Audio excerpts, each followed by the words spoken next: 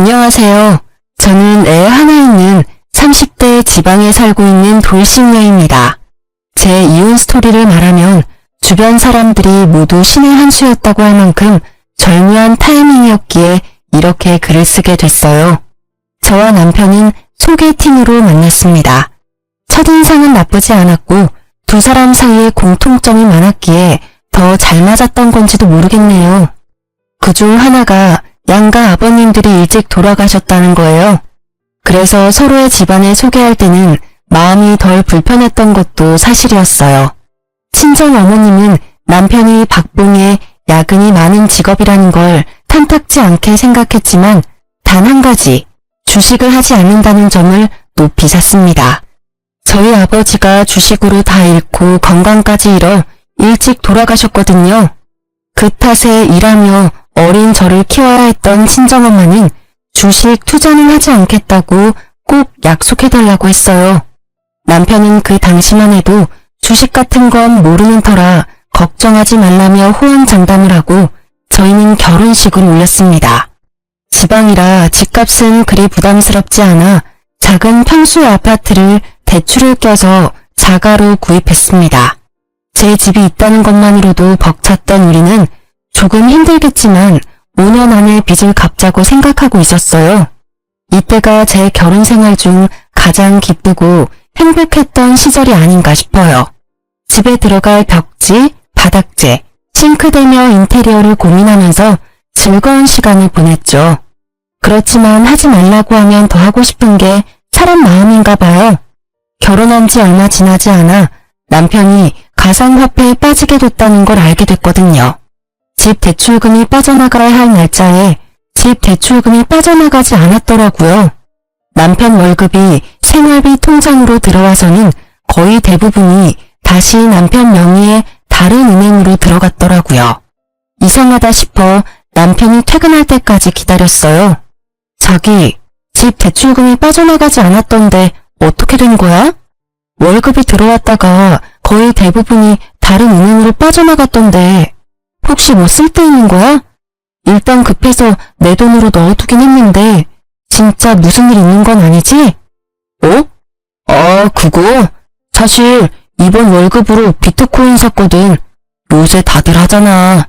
직원이 하고 있길래 나도 한번 투자해봤어. 뭐? 자기가 비트코인에 투자를 해? 당신 제대로 알고나 가상화폐 투자하는 거야? 생각보다 위험해. 남들 한다고 따라해서 되는 게 아니라고. 괜찮아.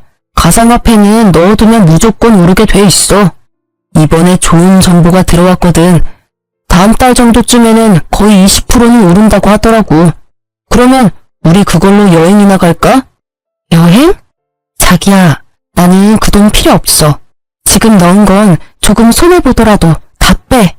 그냥 우리 돈만 벌어서도 살 만큼은 살아.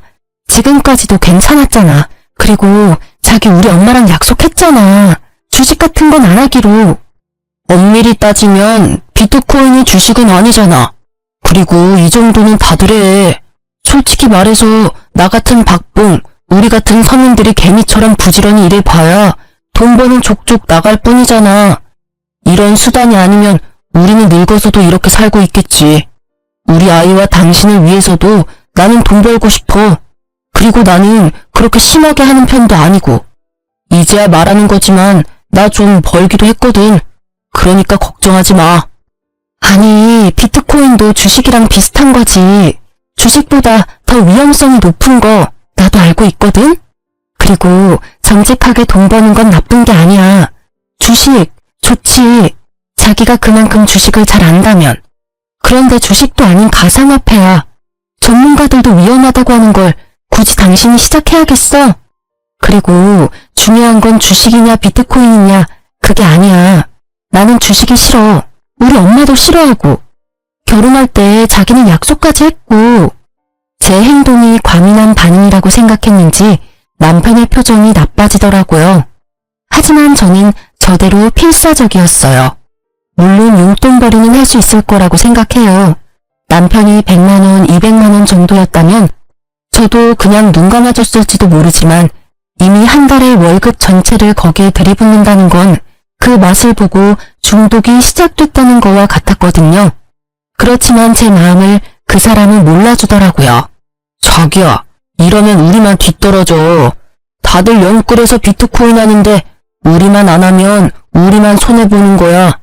나처럼 월급 얼마 못 버는 사람도 충분히 대박칠 가능성 있다니까. 정신 차려. 그게 그렇게 쉬운 일이야? 그리고 내가 싫다잖아. 나는 그렇게 돈 버는 거 싫어.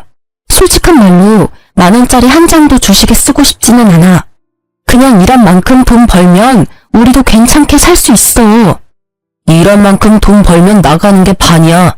그리고 우리 애도 태어났는데 애를 위해서라도 더 돈을 벌어야지. 언제까지고 이렇게 소처럼 일만 하면서 남들 눈치 보면서 살아. 가상화폐로 돈 벌어서 떵떵거리며 살아야지. 그렇게 쉽게 돈 벌 생각을 하는 게 문제라는 거야. 정직하게 번 돈은 거짓말을 안 해. 그치만 주식이나 가상화폐는 달라. 모르는 사람들에게는 거의 늪이나 마찬가지라고. 그리고 자기는 몰라. 돈이 사람을 어떻게 집어삼키는지. 우리 친정집에서 있었던 일 내가 이야기해줬잖아. 그걸 듣고도 투자를 하고 싶어? 나하고 장인어른하고는 다르지. 나는 확실한 정보가 있다니까. 그리고 가상화폐는 앞으로 좋아지면 좋아졌지 절대로 떨어지거나 망할 일은 없어. 바보야? 그런 정보가 있으면 너도 나도 다 부자지. 그런 거 다 사기꾼이라고. 자기는 뉴스도 안 봐? 그리고 가상화폐만큼 애매모호한 것도 없어. 전문가들이 바보니? 그 사람들 경고는 안 봐? 나는 지금 코인이 잘 되고 있다고. 그래서 당신한테 말하고 있는 거야. 수익률이 잘 나오니까 월급까지 넣는 거고. 난 잘 되고 못 되고 간에 그냥 당신이 월급을 모조리 코인에 넣는 게 싫은 거라고. 내 말이 이해가 안 돼? 됐어. 자기랑 이야기하는 게 벽이랑 이야기하는 거랑 똑같아. 그냥 잊지 마자. 대출금은 내가 엄마한테 빌려서라도 넣을 테니까. 코인이 잘 되는데 시어머니한테 왜 돈을 빌려? 코인 잘 됐다며? 그럼 코인 팔아. 그거 팔아서 대출금 당장 넣어놔. 시무에게 돈을 빌리려는 정신나간 남편의 행동에 저는 놀라서 소리를 쳤어요. 궁시렁거리는 남편은 팔고 싶지 않은지 머뭇거리다가 어디론가 전화를 걸었습니다. 엄마, 난데 돈 좀 빌려줘. 미쳤어 진짜? 저는 얼른 남편 폰을 빼앗아 시무에게 말했습니다. 어머님, 죄송해요. 별일 아니니까 끊으셔도 돼요. 야, 폰 뺏어가면 어떡해. 그리고 지금 흐름 좋아서 당장 못 뺀다고. 그렇다고 어떻게 시어머니한테 돈을 빌려달라고 할 수가 있어. 당신 생각이 있어? 도대체 이게 무슨 소리야? 차분히 이야기 좀 해봐라. 왜 돈을 빌려달라는 거야? 결국 시무의 물음에 저는 남편이 벌인 일을 이야기할 수밖에 없었어요. 시무가 남편을 말려줄 수도 있다는 생각을 잠시 했거든요. 물론 제가 잘못 생각한 거였지만 남자라면 주식도 할 수 있지. 안 그래? 다 제 가족을 위해서 하는 일이지 않니? 네가 이해해. 그렇다고 큰 돈으로 하는 것도 아닌데 왜 이렇게 호들갑을 떠는지 나는 모르겠구나. 어머님, 큰 돈 작은 돈이 중요한 게 아니에요. 월급의 거의 대부분을 가상화폐에 쏟아붓는다고요. 그거야말로 잘못된 거죠. 무슨 일이든 미천이 있어야 하지 않니? 그거라고 생각하면 네 마음도 조금 편하지 않을까? 무조건 남편 탓만 하지 말고 너도 잘 알아봐. 어머님, 주식은 절대 안 된다고 저희 엄마랑 이이랑 철석같이 약속했어요. 그런데 이렇게 주식에 손을 대다뇨. 그래서 애까지 낳았는데 이런 일로 이혼하게? 내가 언젠가 한 번은 말하려고 했는데 사돈도 그렇고 너도 그렇고 둘 다 그렇게 융통성이 없어서 어떡하니? 결혼 전에도 난리더니 아주 남편을 잡겠다 잡겠어. 그리고 네 남편이 바보도 아니고 주식으로 큰 돈 날릴 사람처럼 보이니? 작은 돈으로 용돈벌이나 하려는 거겠지. 저는 그 말에 어이가 없었지만 일단 잠자코 들었어요. 우리 부부의 일에 시모까지 끼이면 일이 커질 것 같았거든요. 제가 받지 않겠다고 하는데도 시모는 결국 남편의 계좌로 돈을 붙여주겠다고 하고 전화를 끊었습니다. 결국 시모의 돈을 빌릴 수 있게 된 남편은 싱글벙글이었어요. 저놈의 머리털을 쥐어 뜯어서라도 코인을 말리고 싶었던 저는 친정엄마를 구원투수로 부르기로 했어요. 엄마, 김서방이 비트코인 투자한대. 어떻게 좀 말려봐봐. 내가 아무리 이야기해도 CR도 안 먹혀. 이번 달은 월급이 거의 다 들어간 것 같아. 아이고, 김서방 바꿔봐라. 내 단단히 일러둘 테니까. 남편은 제 전화에 기겁을 하고 나를 바라봤습니다. 저는 이렇게라도 남편의 생각을 돌리고 싶었기에 전화를 건넸어요. 결국 받지 않으려던 남편이 마지못해 전화를 받았죠. 장모님. 애엄마가 너무 호들갑 떠는 거예요. 진짜 별거 아니고 돈도 많이 안 들어갔어요. 그리고 주식 아니고 가상화폐라는 건데. 구구절절 핑계를 대려는 남편의 말을 친정엄마가 가로막았어요. 김서방, 주식은 절대로 시작하면 안 돼. 다른 사람들은 몰라도 내 사위인 자네만은 절대로 하면 안 되는 거야. 자네가 내 딸을 사랑한다면 더더욱 하지 말아야지. 딸애가 주식으로 아빠를 잃고 얼마나 힘들어했는데 월급을 다 넣는 건 투자가 아니라 도박일세. 그러니 제발 그만하게. 그렇지만 지금 수익률도 엄청 잘 나오고 있고 잘 성공하면 저희도 한 방에 크게 벌 수 있는 그런... 그만. 자네 이런 모습이 무서운 거야. 한 방에 크게 벌어? 그렇다면 한 방에 크게 잃는 일도 있다는 걸 알아야지. 그래도 지금 알았으니 다행이지. 수익률이 좋다니 지금 당장 돈 넣은 거 다 빼게. 그리고 다시는 투자할 생각하지도 말고. 예, 장모님, 알겠습니다. 그래도 장모님에 대한 존중이 있었는지 그만두겠다 대답은 잘하더군요. 하지만 전화를 끊자 남편은 제게 도리어 화를 냈습니다. 그런 말을 왜 장모님한테 한 거야? 장모님이 날 뭘로 알겠어? 약속이나 깨는 놈으로 생각할 거 아니야? 그럼 아냐? 지금 약속이나 깨는 사람이 됐잖아. 월급을 어떻게 다 비트코인에 투자를 해? 나 육휴 중이라 월급도 반으로 줄었어. 이 와중에 생활비까지 줄어들면 쌀밥만 먹고 살래? 우리 애를 좀 봐. 잘 먹고 잘 놀아야 할 이 시기에 돈 없어서 굶으면 보기 좋니? 왜 또 그렇게 이야기를 해? 어차피 이유식 기간 동안에 뭐 그리 많이 먹는 것도 아니구만. 이제 1살도 안 된 애가 뭘 안다고 이것저것 다 해주려고 해? 지금 좀 부족하게 살아도 좀 있으면 돈 더 벌 수 있다니까? 말이 안 통하네. 돈을 더 벌지 더 잃을지 어떻게 알아? 네가 신이니? 뭐라도 돼? 됐고, 이렇게 돈 벌어서 쓸데없는 일에 쓸 거면 내가 복귀해서 돈 벌게. 자기는 육아휴직 쓰고 집에서 애나 봐. 육아휴직 쓰면 월급 팍 줄거든? 월급 줄라고 그러는 거야. 내가 돈 벌면 내가 알아서 생활비 꾸리면 되는데 자기가 돈 벌면 생활비는커녕 대출금까지 비트코인에 다 투자할 것 같으니까. 그리고 내가 생활비 관리할 거니까 자기 육아휴직 급여 통장은 우리 생활비 통장으로 들어오게 해줘. 지금처럼 그냥 생활비만 넣을게. 대신 나머지 돈으로 나도 쓸 수 있게 해줘야지. 이렇게 막는 게 말이 돼? 누가 뭘 막아? 생활비 통장으로 사고 싶은 거 사. 대신 현금 출금이나 송금은 안 돼. 그런 내역 있으면 당장 생활비 통장도 못 쓰게 막아버릴 거니까. 대출금 갚아야지. 그거 못 갚으면 우리 큰일 나. 결국 남편은 육아휴직을 쓰기로 하고 생활비 통장을 제가 관리하게 됐어요. 한동안은 육아로 바빠서 그런지 아니면 반성을 한 건지 비트코인에 대한 이야기는 하지 않더라고요. 생활비 통장도 깨끗하고요. 그래서 마음을 놓았는데 여전히 불안하기는 했어요. 제 버릇 난 못 준다고 한번 돈의 맛을 들인 남편님이 다시 코인을 찾을까봐 매의 눈으로 남편을 지켜봐야 했어요. 그렇게 시간이 지나면서 점점 남편이 정신을 차렸다고 생각하고 있었어요. 그렇지만 평화로움은 그리 오래가지 못했어요. 3달 정도 뒤부터 남편은 경조사비를 자주 요구하기 시작했어요.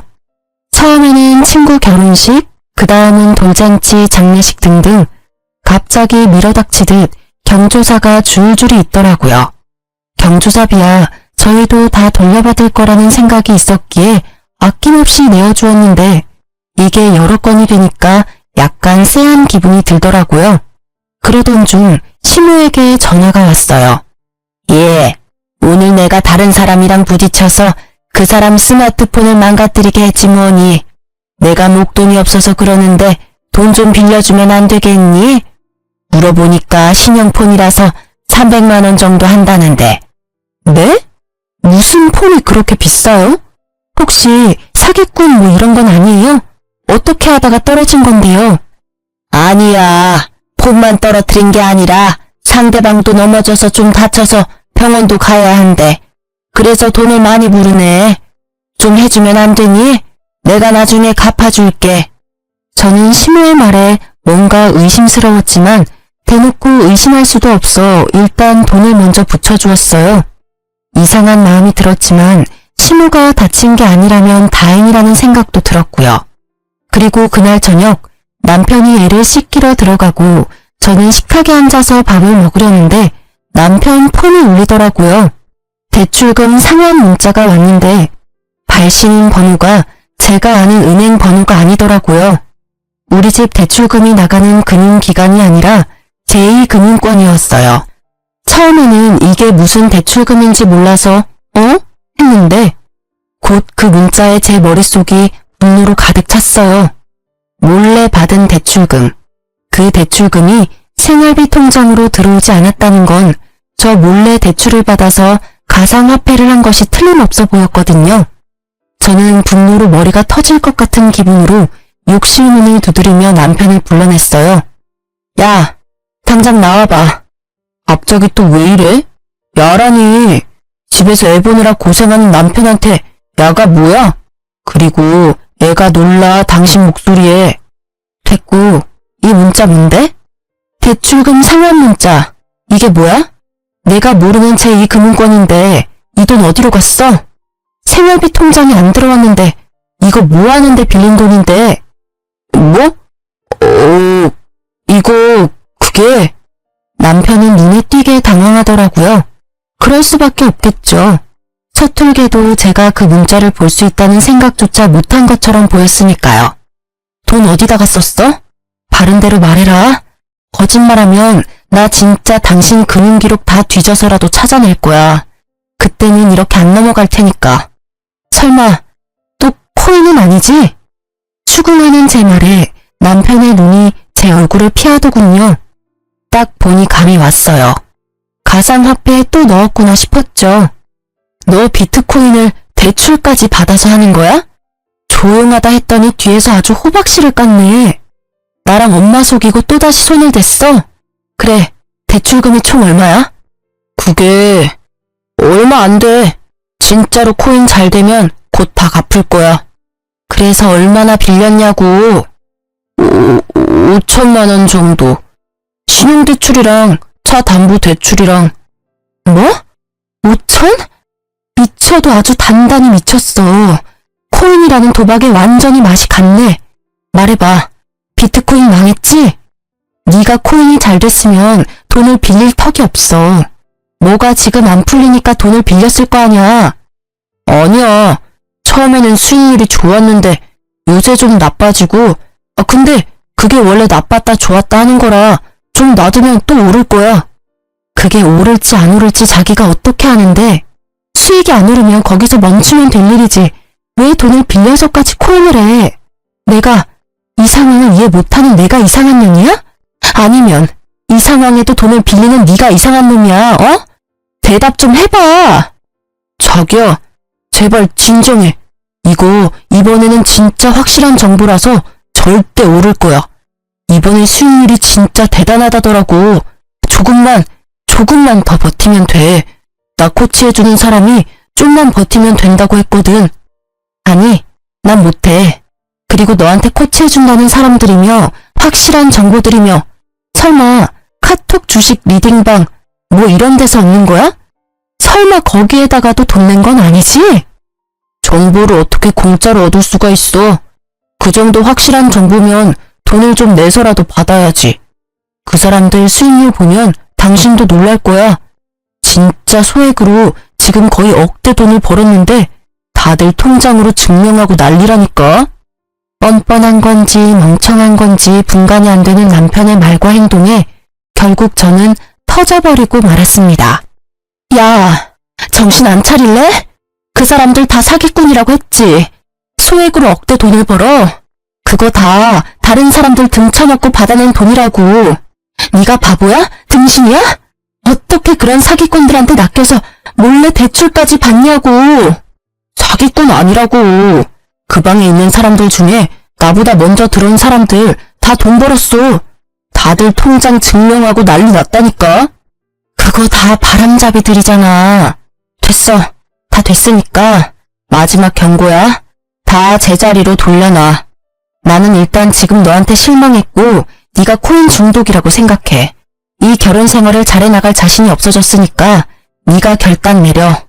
이거 다 제자리로 돌리고 원래 살던 것처럼 우리끼리 소박하게 살 건지 아니면 처자식 담보로 대박 노리면서 한탕주의 할 건지. 제 말에 대답을 하지 않고 입을 꾹 다문 남편의 고집이 느껴져서 저는 실망과 함께 체념의 마음을 안게 됐어요. 며칠 동안 말도 하지 않고 있던 우리 부부의 일을 어떻게든 해결하기 위해 저는 남편과 함께 시무를 찾아가기로 했어요. 남편이 대출까지 해서 코인을 한다는 걸 알면 시무가 말려줄 거라고 생각했거든요. 부모라면 말려주겠지. 그렇게 생각했는데 저의 그 생각 자체가 다 부질없는 짓이었지만요. 어머님, 저 이대로는 못 살겠어요. 이 사람 대출까지 받아서 비트코인 하고 있어요. 제발 좀 말려주세요. 예? 그게 왜 잘못된 거니? 나는 도리어 네가 더 이해가 안 가. 저번에도 말했지만 다 가족 잘 되라고 남편이 하는 일인데 너는 아내가 돼서 남편이 하는 일을 도와주지는 못할 망정 하는 일마다 망치고 있으면 어떡해? 대출 받아서 코인을 하는 게 뭐가 그렇게 잘못된 거야? 제대로 벌고 있고 원금만 가지고 있으면 큰 문제 없는 거 아니니? 어머니, 모르시는 말씀이세요. 주식이나 투자는 남는 돈으로 하는 거예요. 이렇게 있는 돈 없는 돈 다 끌어모아서 하는 건 중독이나 마찬가지라고요. 남의 돈, 공짜 돈 버는 게 얼마나 힘들고 무서운 일인지 모르세요? 다들 그렇게 벌고 있잖니. 그리고 위험하다는 걸 알고 있으니 전문가들하고 같이 하는 거겠지. 내가 해보니까 그게 도박이 아니라 건전한 주식이던데. 설마 어머님도 코인 하시는 거예요? 그래, 권유로 해봤는데 생각보다 벌이가 쏠쏠하더구나. 너희가 나한테 주는 용돈보다 더 벌어. 빼지 않고 계속 넣어놓고 있는 중이야. 이런 좋은 걸 넌 왜 안 하고 남편 탓만 하는 거니? 눈앞이 캄캄해지는 시모의 말에 불현듯 그때의 전화가 떠올랐어요. 모르는 사람과 부딪혀서 돈을 달라고 했던 시모. 그게 설마 거짓말이라면 혹시 저번에 사고 나서 돈 받아가신 것도 코인에 넣으신 건 아니죠? 지금 와서 숨길 것도 없지. 그래, 그 돈도 코인에 넣었어. 네가 돈을 틀어주고 안 주니까 좋은 시기 다 놓쳐버렸지 않니? 그 돈 어차피 곧 다 벌 거야. 내가 2배로 돌려줄 테니 걱정 말거라. 미쳤어. 둘 다 정신이 있는 거예요? 그거 중독이에요. 제발 정신 좀 차리세요. 어머님, 혹시라도 이 사람 말 듣고 시작하신 거면 제발 다 정리하세요. 돈을 빌려서 투자를 하는 건 투자가 아니라 도박이라고요. 왜 다들 그런 생각은 안 하시는 거예요? 저는 마지막까지 시모와 남편을 설득하기 위해 애썼지만 가상화폐에 미친 두 사람의 귀에는 전혀 들리지 않는 듯 했습니다. 그만해. 우리가 하고 싶다는데 왜 당신이 난리야? 나한테 그러는 건 그렇다 쳐. 그런데 우리 엄마한테까지 이러는 건 좀 심하지 않아? 솔직한 말로 우리가 너한테 무슨 피해를 그렇게 줬는데 대출금 못 갚은 거? 그거 엄마한테 빌려서 넣었고 지금 내가 받은 육아휴직 급여도 다 당신한테 들어가잖아. 나는 아무것도 못하게 하면서 뭐가 그렇게 당당해. 이럴 거면 차라리 이혼해. 갈라서면 될 거 아니야. 웃기지도 않아. 그 말을 네 입에서 들을 줄은 상상도 못했는데 그래, 하자 이혼. 방귀 낀 놈이 성낸다고 딱 그 꼴이네. 이혼하면 다른 건 다 필요 없고 집하고 아이 친권, 양육권만 넘겨. 딱 봐도 남편 놈에게 돈이라고는 없을 게 분명하고 가진 게 없으니 위자료도 뭐도 아무것도 없을 것 같아 고민하던 저는 일단 집이라도 받아야겠다는 생각을 했어요. 그 집의 대출 상환금 중에 반은 내가 낸 것이기도 했고 집에 정이 들었기에 팔아버리고 싶지는 않았거든요. 그런데 대출금 상환 능력도 없는 남편놈이 갑자기 안 된다지 뭐예요? 지금 생각이 있는 건지 없는 건지 저는 답답한 마음에 쏘아댔습니다. 뭐? 집? 그건 좀 곤란한데. 당신한테 집 주고 나면 나는 남는 게 없잖아. 그렇게 머리가 안 돌아가? 당신 그 집 갖고 가서 대출금 매달 낼 자신 있어? 지금도 월급을 코인에 다 갖다 바치는 주제에 입만 살아가지고는. 어차피 팔면 대출금 빼고 나머지는 건질 수 있잖아. 설마 당신 그 돈이 자기 거라고 생각하는 건 아니지? 그 상환된 대출금에 내 돈도 반은 들어가 있고 그거 아니라도 이 이혼의 가장 중요한 논점은 당신 코인 중독이야. 와이프 모르게 대출받아서 그것도 여러 건을 반복해서 대출받아서 돈 생길 때마다 가상화폐 한 거 명백하게 당신 쪽에 문제가 있는 거라고. 그건 당신 생각이고 나는 중독 아니라고 몇 번을 말했지. 왜 사람을 계속 중독으로 몰아가는 건데. 그래야 네가 위자료 받을 수 있을 것 같아? 꿈 깨. 나는 아무것도 너한테 못 줘. 아니라고 생각하는 당신 머릿속에 꽃받친 거겠지? 그 쓸모없는 머리는 단순한 계산도 못하는 거야? 이런 가상화폐 중독은 친권과 양육권도 못 가져가. 합의가 아니라 소송하고 싶으면 해도 돼. 난 자신 있고 소송으로 가면 내가 받을 돈 더 많아질 거 예상하니까. 그래도 안 돼. 그 집 놔두면 집값 더 올라갈 건데. 그래? 그러면 네가 돈으로 해결보면 되겠네. 나한테 돈이 어디 있다고 계속 돈 타령이야? 비트코인 팔면 되잖아. 좀 벌었다며. 그러니까 코인을 팔아서 나한테 위자료를 주면 되지. 그것도 재산은 재산이니까. 그건 절대 안 된다고 말했다. 놔뒀다가 가격 지금보다 더 올라가면 팔 거야. 그러면 무슨 돈으로 나한테 위자료 줄 건데? 퇴직금이라도 중간 정산할 거야? 퇴직금 이야기에 신호가 갑자기 우리 이야기에 끼어들었습니다. 예, 집은 언제 팔릴지 몰라. 그리고 집값은 어떻게 될지도 모르고. 팔아봐야 은행 대출 다시 돌려주고 나면 얼마 안 될 건데 그냥 집 줘버리고 합의 이혼해. 그게 속 편하겠다. 아이 친권과 양육권에 대해서는 입도 뻥끗 안 하는 두 사람의 모습이 너무도 가증스러워 치가 떨릴 지경이었어요. 어떻게 지 새끼 지 손주 생각은 하나도 안 하고 그저 돈. 이미 이때는 있던 정도 다 떨어졌어요. 그리고 퇴직금에 눈을 빛내는 두 사람을 보아하니 그걸 빼서 코인 투자할 것 같다는 생각이 들었습니다. 결국 합의 이혼하게 된 저는 이후 절차에 따라 집을 제 명의로 바꾸었어요. 대출금의 압박이 있었지만 그건 생각해둔 바가 있었기에 크게 신경 쓰지 않았죠. 그렇게 명의 변경한 당일 저는 남편 짐을 모조리 싸서 시모집으로 보냈어요. 남편은 뭐가 그리 급하냐고 역정을 냈지만 저는 두 사람 꼴도 보기 싫었거든요. 있는 재산 없는 재산 다 긁어모아서 코인에 투자하는 남편과 시모가 뭐가 좋다고 옆에 더 데리고 있고 싶겠어요. 남편부터 쫓아낸 저는 친정엄마를 저희 집으로 모셨어요. 친정엄마가 살던 작은 빌라를 팔고 그 돈으로 저희 집 대출금을 상환했죠. 그리고 매달 내던 제 대출금은 매달 친정엄마 용돈으로 드리기로 했어요. 한 달쯤 지났을까요? 남편이 집으로 찾아왔더라고요. 아이가 보고 싶다나 뭐라나. 이혼하자며 큰소리 떵떵 칠 때는 우리 딸 이름 한자도 꺼내지 않더니 갑작스레 딸이 보고 싶다는 말이 믿음이 갈 리가 없잖아요. 딸이 보고 싶다는 가짜는 핑계 같은 거 대지 말고 하고 싶은 말 있으면 해. 이야기는 들어줄게. 우리 이혼하는 거 다시 한번 생각해보면 안 될까? 그게 무슨 소리야? 우리 이미 그 이야기는 다 끝냈다고 생각하는데 너도 나도 시어머니까지 동의한 거 아니었어? 이제 와서 두말하는 건 아니지? 나는 이미 생각 끝났어. 너무 냉정하게 끊지 말고 잘 생각해봐. 애한테는 아빠도 필요하고 무엇보다 나한테 당신이 너무 필요해. 입이 삐뚤어져도 말은 똑바로 해야지.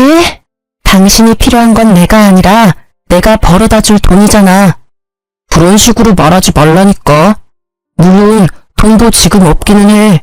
그래도 그것만으로 이혼 다시 생각해보라는 건 아니라고. 2번 다시 가상화폐는 안 할 테니까 다시 돌아와줘. 당신 돈이 왜 없어? 집 대출금 상환액만 해도 100만 원 남짓이야. 그거면 지금 가지고 있는 대출도 충분히 갚을 수 있어. 게다가 퇴직금도 있잖아. 그거 받아서 대출 상환하면 끝이지. 그 꼴을 보니 그 돈도 다 가상화폐에 넣었겠네? 그게... 쭈뼛거리며 불쌍한 표정을 짓는 남편놈을 보니 딱 견적이 나오더라고요. 집어릇게 못 준다고 결국은 가상화폐에 다시 털어놓은 것 같았어요. 진짜 잘 되고 있었는데 이번에는 재수가 없었어. 내가 투자한 가상화폐가 갑자기 유의 종목이 돼서 결국은 하나도 못 건졌다 그거지? 이거 봐. 내가 뭘 했어? 사기꾼들 손에 놀아나지 말라고 했지. 됐어. 더 이상 이런 주제로 이야기하는 것 자체가 싫다. 다른 데 가서 알아봐. 매몰찬 제 말에 남편이 갑자기 무릎을 꿇더니 제 바짓가랑이를 붙잡고 늘어졌어요. 그 모습이 처량하고 딱한데 딱 거기까지였어요. 그러게 내가 말할 때는 들은 채도 안 하더니 결국은 이런 사대를 만들고서는 이제와 후회한답시고 나한테 다시 합치자고 하다니 뻔뻔한 것에도 정도가 있어야죠. 여보, 제발 나 딱 한 번만 살려줘. 빚도 빚이지만 생활이 안 되고 있어. 다시 돌아와주면 안 될까? 당신 나 사랑하잖아. 그렇지? 미안한데 절대 안 돼. 나는 이미 당신하고 연 끊기로 결정했어. 당신 입장에서는 내가 냉정하게 보일지도 모르는데 나한테는 이게 최선이야. 왜 내가 당신 뒤치다꺼리를 해야 해?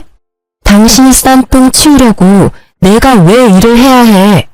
나도 내 인생, 내 행복 찾아가며 살 거야. 지금 당신한테 뭐가 있어? 빚뿐이잖아. 제발, 나 진짜 이번에는 잘할 거라니까. 절대로 손 안 댈 거라고 맹세해. 그러니까 사람 하나 살리는 셈 치고. 난 솔직히 당신이 여기 와서 이 난리치는 거 이해가 안 가. 당신 지금 사는 집도 시어머니 거고 집안일도 어머니가 다 해주실 거 아냐. 너는 돈만 벌어서 지금 대출금 다 갚으면 되는 거고 뭐가 문제야? 사실 엄마도 내가 들어갔던 리딩방에서 준 정보로 투자했거든. 그리고 엄마 집도 담보로 대출까지 빌렸더라고. 근데 이건 정말 내가 시킨 거 아니야. 엄마가 그 정보에 혹해서 대출을 받아서. 이거 봐. 주식 같은 거에 중독되면 도박 중독이랑 똑같다고. 내가 뭘 했어? 친절하게 그거 사기꾼이고 그런 대박 정보 같은 거 없다고 했을 때 알아서 거기서 기어 나왔어야지. 그저 한탕한 생각에 붙잡고 있으니 휴지 쪼가리 돼서 쪽박 찼잖아. 퇴직금은? 설마 당신 퇴직금도 거기 넣은 건 아니지? 퇴직금도 넣었어. 그치만 진짜로 다음번에는 안 그럴 자신 있어. 그때 상한가에 제대로 팔기만 했어도 이러고 있지는 않을 거라고. 너한테는 내가 입 밖으로 내는 말도 아까워. 다음번? 다음번에도 또 할 거면서 나한테는 다시는 손 안 댈 거라고? 에라이 나쁜 새끼야. 그래놓고 우리 아이 생각하라고? 아주 지랄을 해라, 어? 당신은 반성 같은 거 할 생각도 없고 하고 싶지도 않잖아. 어디서 거짓말을 하고 난리야. 아니야. 진짜로 마음 고쳐먹었다니까. 엄마랑 나 지금 생활비도 없어서 공과금 낼 돈도 없어. 그러니까 제발 우리 이혼 다시 생각해보자. 지금 장모님이랑 같이 살고 있는 것 같은데 다 같이 살면 되잖아. 우리 엄마는 당신 꼴도 보기 싫대. 엄마 충고도 무시하고 이런 짓을 벌인 주제에. 그래, 가상화폐 할 때는 우리 엄마 생각이나 했겠니? 아쉬우니까 와서 이러는 거 다 알아. 그리고 경고하는데 당신은 나한테 돈 빌리러 오면 안 되는 사람이야. 양육비 한 번이라도 못 받으면 지구 끝까지 쫓아가서 받아낼 거니까. 양육비 소리에 그놈의 얼굴이 새파랗게 질리더라고요. 여기 와서 이럴 입장이나 돼요? 저도 엄연히 돈을 받아야 하는 입장인데 말이죠. 내가 양육비를 받기 위해 충고해주는데 저녁에 일 마치고 투잡을 뛰면서 돈 마련하던지 해. 그렇게 하면 양육비 정도는 낼 수 있을 거야. 저의 친절한 해결 방법에도 그놈은 힘들게 돈 벌 생각은 없는지 입을 삐죽하게 내밀고는 시무룩한 얼굴로 나가더라고요. 책임감도 없고 죄책감도 없는 저놈의 뒤통수를 한 대 때려주고 싶었지만 꾹 참았어요. 그래, 빠져나온 게 다행이라고 저를 다독이면서 말이죠. 그렇게 저희는 완전히 남이 되었습니다. 그때 그 개운함이란 잘못했으면 그놈의 부채를 저도 같이 떠안을 뻔했잖아요. 일을 저지른 사람이 그 일을 책임지고 해결하는 게 맞잖아요. 그 뒤로 들려온 소식도 그렇게 좋은 소식은 없었어요. 전 남편과 시모가 살던 시모의 집에 채권 추심하는 사람들이 들이닥쳤다고 하더군요. 그 후로 새벽에 배송 알바를 하러 다니는 남편을 자주 목격했다고 하더라고요. 게다가 시모와 남편의 사이가 엄청 안 좋아졌는지 매번 싸우는 소리가 집 밖으로 들려온다고 이웃에 사는 분들이 말해주더라고요. 대부분이 네가 하는 말을 들어서 망했다라고. 둘 다 똑같죠 뭐. 그리고 1년쯤 지났을까? 어린이날에 아이와 친정엄마 이렇게 셋이서 놀러 갔다가 돌아오는 길에 전 시모를 마주치게 됐어요. 어머, 다은이 아니니? 할머니야. 잘 지냈어? 많이 컸구나. 아는 척하며 딸아이에게 다가오자 딸이 무서운지 친정엄마 뒤로 숨어버리더라고요. 저희 엄마도 그런 아이를 보호하듯 뒤로 보냈어요. 전 시모의 몰골은 예전과 너무 달랐어요. 항상 멋쟁이처럼 꾸미고 다니던 옷이며 머리며 전부 어딜 갔는지 지금은 완전히 시골 할머니가 다 됐더라고요. 안녕하세요. 잘 지내셨어요? 잘 지냈겠니? 네가 남편 버리고 가는 바람에 나도 낙동강 오리알 신세 됐잖니. 이 나이에 일하고 다니는 노인이 어디 있어? 너 재결합하자고 찾아간 남편 무시했다며. 그러는 거 아니다. 걔도 엄연히 다은이 아빠야. 어떻게 생겨먹은 애가 아빠한테서 애를 떼어놔? 냉정하기도 하지. 그런 엄마 밑에서 클 내 손주가 걱정이 돼서 요새는 밤에 잠도 안 온단다. 네, 저 냉정해요. 그런데 말은 똑바로 하셔야죠. 제가 남편을 버린 게 아니라 남편이 저를 버린 거죠. 먼저 이혼 이야기 꺼낸 건 그 사람이니까요. 그리고 어느 엄마가 주식에 중독된 아빠를 네 아빠라고 당당하게 보여줄 수 있겠어요? 혹시라도 나중에 우리 다은이가 아빠처럼 주식에 빠지지 않는다는 보장은 없잖아요. 제가 할 수 있는 건 그런 나쁜 사람들에게서 애를 떼어놓는 거예요.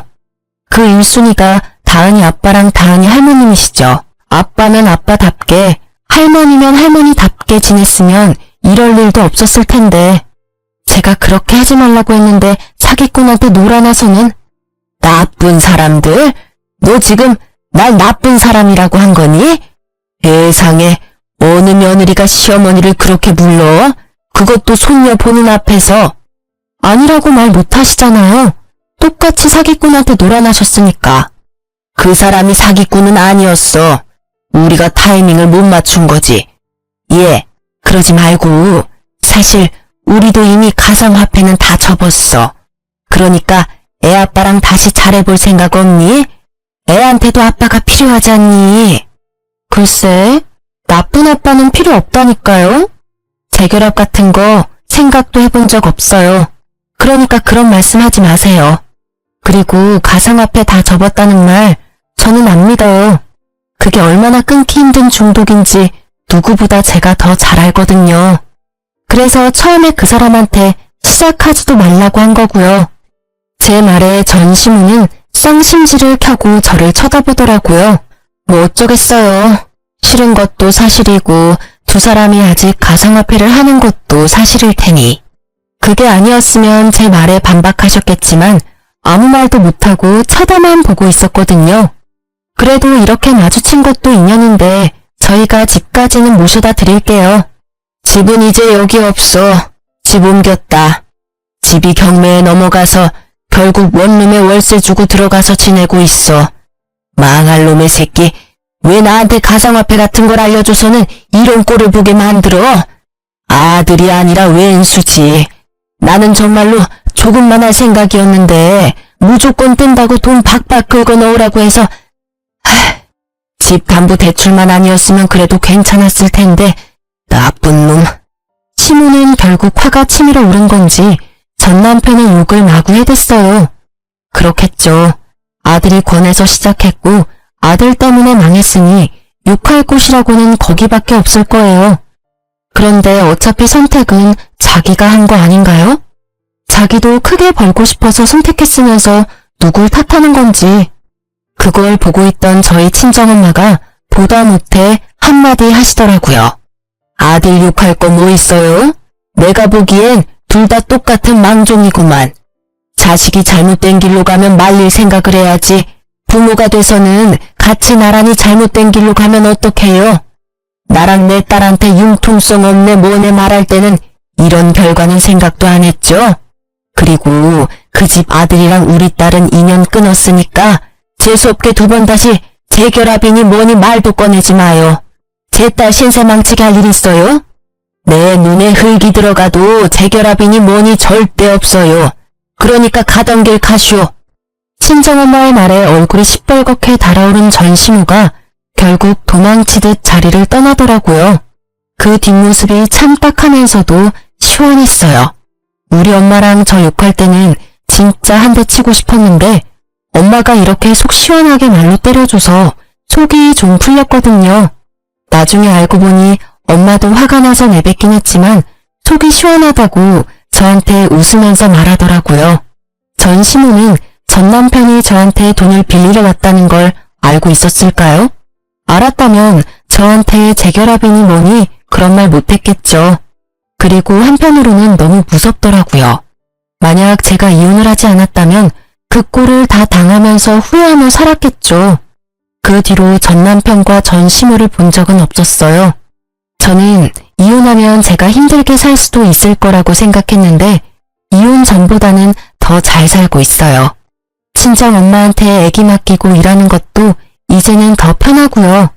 덕분인지 승진도 하고 솔직히 지금 돈에 쪼들리지는 않아요. 그럼에도 내 아이를 위한 양육비는 꼬박꼬박 받아내고 있어요.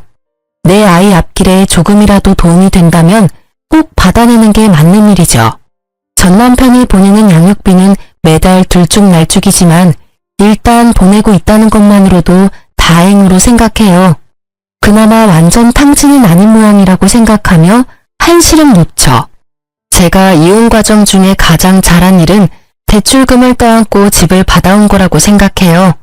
처음에는 돈을 받아오지 않아서 큰일이라도 생기면 어쩌나 싶었는데 집값도 조금 올랐고 친정엄마 덕분에 대출금도 사라져서 실보단 득이 더 많거든요. 인생의 타이밍이라는 게 얼마나 중요한지 이번에 이혼을 하면서 깨달았어요. 전 시모와 전 남편의 망한 꼴을 보니 제가 그때 빨리 탈출한 것이 신의 한 수였다는 걸 알게 됐거든요. 만약 조금이라도 늦었다면 저까지 그 빚더미에서 벗어나지 못했을지도 몰라요. 사연 글을 쓰다 보니 정말 절체절명의 순간이었다는 걸 다시 한번 실감하게 되네요. 이렇게 긴 글을 읽어주셔서 감사합니다.